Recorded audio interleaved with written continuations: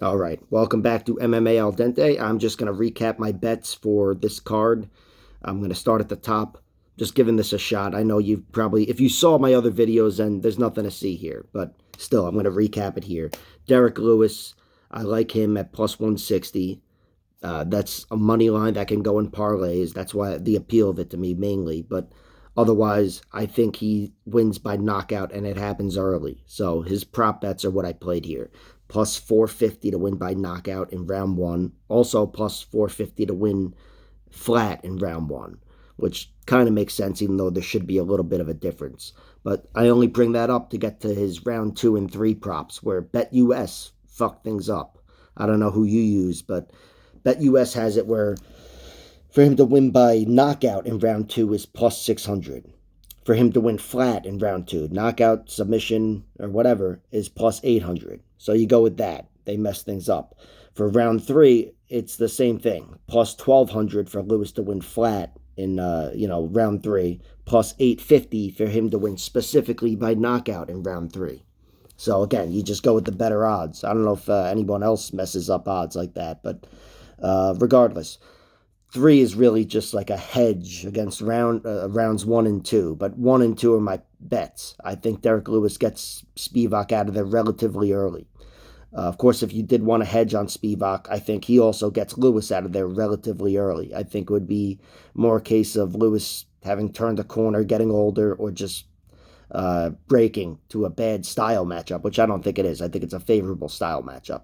But if Spivak is that strong on the ground, I think he would run through Derek Lewis rather than gradually taking him out, wearing him down and taking him out down the stretch. But anyway, my bets are Lewis and Lewis by knockout, rounds one and two primarily. Kutalaba and Nzechiku. I like Kutalaba to win by. I like Nzechiku to win. Let me say that. I should get my predictions in here, but I bet on Kutalaba to win round one knockout, just a sprinkle. And by knockout, I mean knockout or TKO. He's definitely a savage on the ground as well. And Nzechiku, I bet on him to win rounds two and three TKO. I like plus 600 kinda for round two and plus 1800, which those lines went up slightly from when I made my video yesterday about those guys. But yeah, my pick and bet is Nzechiku winning late. I think it'll happen in round two, but it could happen in round three. This fight just seems like a fight that's destined to be a war. And also, I put $5 on a draw because Kutalaba, even though he's been finished in the overwhelming majority of his losses, he is still a front runner who, he's he doesn't want to quit. So there's that. Chase Sherman versus Waldo Acosta Cortez. I want to see the I don't have prop bets yet for either fighter to win in round three, but that's what I want to bet on, and also Chase Sherman plus 175. That's what's available to me. That's what I bet on so far. I like Chase Sherman. I don't love him to win in this fight, but I like him. Just knowing he's got a great leg kicks, and he's going against a guy Waldo who was leg kicked almost to defeat against Jared Vandera just a few weeks ago. Muslim Salikov, I like his money line at minus 115. I do think he would win the point fighting battle, even though it's close. He's given up reach and height. But Fialho, I don't trust his chin. He was knocked out by a jab against Njokuani. Jake Matthews looked great, and I think I said going into that fight he's an underrated striker, but still, that's Jake Matthews' only big TKO or KO victory. And I have doubts about Fialho's durability, his chin anyway. Muslim Salikov, I do think wins the point battle, could knock him out. So I like the money line at minus 115, but I did hedge on Fialho at plus 350 round one knockout, which I think. Oh yeah, you can also get round one flat, and may as well cover the submission. You never know. Muslim doesn't have the greatest ground game, so may as well bet that. But Fialho round one plus 350. He's got, I think, 11 first round TKOs out of like 12 victories or whatever. Or don't quote me on that. I think it's like 16 victories. But they both have first round knockouts, really. 11 first round knockouts. Great fight. Also, Jack Della Maddalena versus Danny Roberts. I put a little something on the under 1.5 rounds, minus 130. But that's just, I don't know, a stupid bet. because I find myself regretting that because I do think Jack builds, and I do think Jack is more likely to get a TKO in the middle of the fight. Roberts has been knocked out in rounds, I think 1, 2, and 3. I don't know, maybe that was Chase Sherman, but he's definitely been knocked out in round 3 and then twice in round 1. That's right, to Michel Pereira and Nordine Taleb.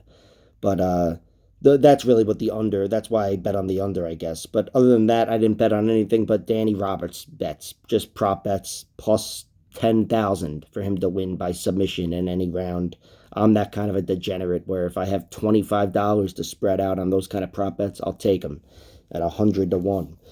But that's really it. I didn't bet too much on that fight. Zhalgis Zumagula versus Charles Johnson. I'm taking Zhalgis to win a decision here. His money line is plus 135, and his decision line is plus 220. Johnson's never been finished, even as an amateur in boxing and whatever. He's a very tough guy, and he's had a lot of tough fights. Even his amateur fights are against tough guys, as I said. So he's very durable, and I trust his durability to hold up in any fight. His wrestling, I think, is going to fare much better than he did against Makayev, but I still think he's going to be crowded. So I like Zhalgis by plus 220 with his pressure. By decision, plus 220.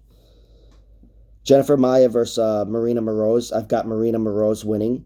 She is I don't know her money line, but I didn't bet on it. I bet on her to win by decision at plus 110. I'm not in love with that because it's not the greatest line, but it is my bet. It is my pick, so I bet on that. Also, you can get Maya by decision at plus 220 if you're so inclined. Or may as well just bet on fight doesn't go the distance, whatever that is. Or fight goes the distance, whatever that is.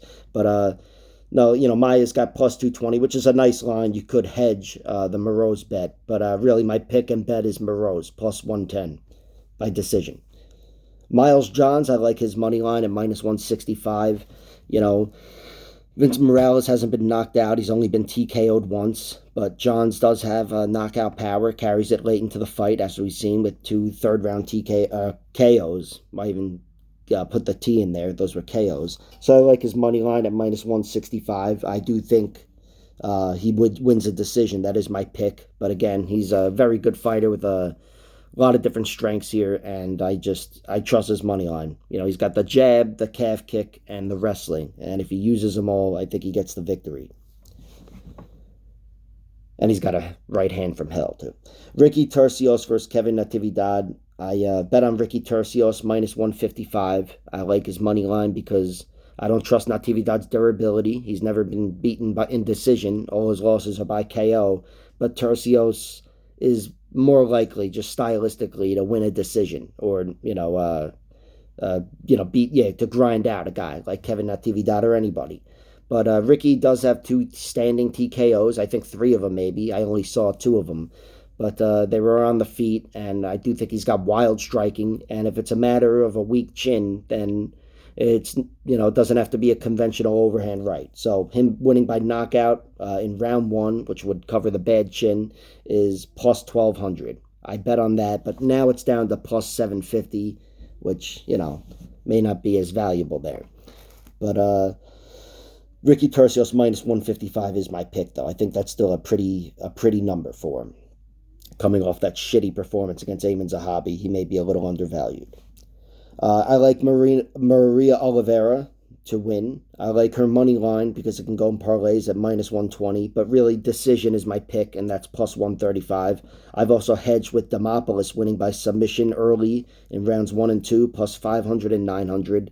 I do think she's got a distinct advantage there, and may as well hedge on that because Demopoulos, even though Maria Oliveira doesn't have the best wrestling, I don't trust Demopoulos' wrestling, Her takedowns are guard pulls and things like that. She's not the best conventional takedown artist, and picking her by decision means she would have to have big moments, and she gets a few big moments. I think she gets a finish because there's a gap on the ground jiu-jitsu-wise. So I like those hedges. Brady Heastan, I like his money line, minus 170, and his round 1 finish, plus 550. If you were so inclined to go submission, it's plus 800, but I don't know. The TKO is always a possibility, like he did to Vince Murdoch. I do think Brady's got heavy hands, from the standing on the ground, whatever, heavier than it would seem anyway. But He's going to need his wrestling to win this fight one way or another. I think he uses it. Hopefully he survives down the stretch because Fernie's not going anywhere. Fernie's only got one real TKO victory, though, and it's over Joshua Weems, who's not the greatest stand-up artist. So I trust Brady to win this fight and survive any bad moments. Minus 170. And Teresa Bleda versus Natalia Silva. Very close fight. I've gone back and forth on this, but I've sided with Teresa Bleda. I think her size and her, just all the upside with her, which there is a lot of upside with her. I think it's going to carry her to a victory. Her money line is plus 135. I've played that. I think she's a very dangerous fighter. I think she's a very dangerous fighter. She is, if either one of them wins, it's expected to go to a decision. But I think Bleda's got such a good mount that I want to cash in before everybody else realizes it. So I bet on her to win by TKO from the full mount, even though, submission could just as easily come. And she's got a great submission game. It seems like she's, even from her back, she's damn slick. But Natalia Silva, it's been a while since she's been finished, so who knows? She was TKO'd once, and it was earlier on in her career, and her last loss in the last 7 years was to Marina Rodriguez, and she survived. So Teresa Bleda shouldn't get a finish, but she's gigantic, and I see that Luke Rockhold type amount, plus she's got the wrestling to complement it. So I have put bets on her TKO odds, which are just absurd. And I also put bets on Natalia Silva's TKO odds for all 3 rounds, because Teresa Bleda is 20 years old, and she's susceptible to being overwhelmed, blah, blah, blah, never lost, and if she suffers her first defeat, who knows how it's going to look. You never know how a fighter's going to look in defeat till you see it. So I played the juicy odds. All right, that's it for me. Like, share, subscribe, all that horseshit. Check out my other videos, and don't forget to comment and let me know how stupid I am for picking Chase Sherman.